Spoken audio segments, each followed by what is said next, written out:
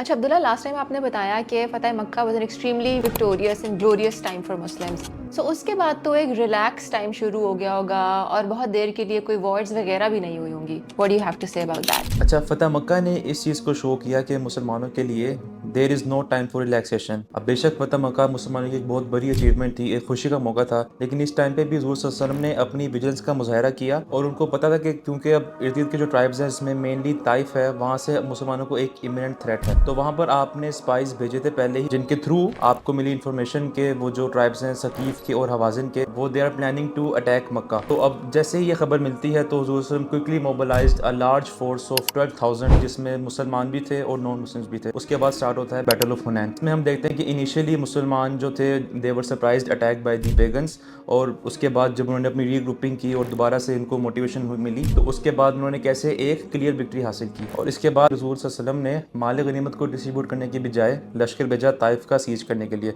और वहाँ पर भी हालात ऐसे पैदा होते हैं कि थोड़ा उनकी तरफ से भी डिफेंस उनका स्ट्रॉन्ग था, और जुल्कादा का महीना जो हुर्मत का महीना था जिसमें मुसलमान लड़ाई नहीं करते थे, वो भी शुरू हो गया।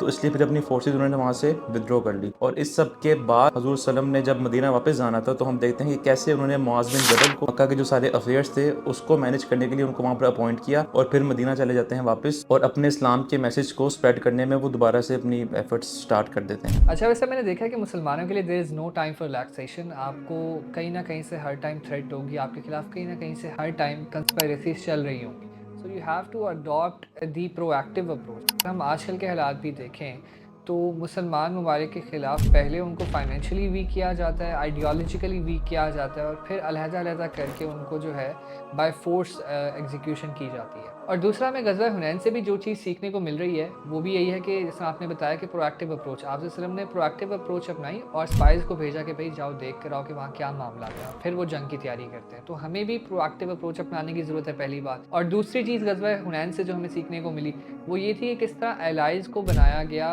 विदाउट कंसिडरिंग कि भाई वो नॉन मुस्लिम्स हैं या मुस्लिम्स हैं। इसमें हमें एक नेशनलिज़्म का और डिप्लोमेसी का कॉन्सेप्ट देखने को मिलता है। तो अगर आज हम चाहते हैं कि हम प्रॉस्पर करें, तो हमें डिप्लोमेसी के साथ खेलना होगा और एलाइज़ बनाने होंगे, और दूसरा ये है कि एक प्रोएक्टिव अप्रोच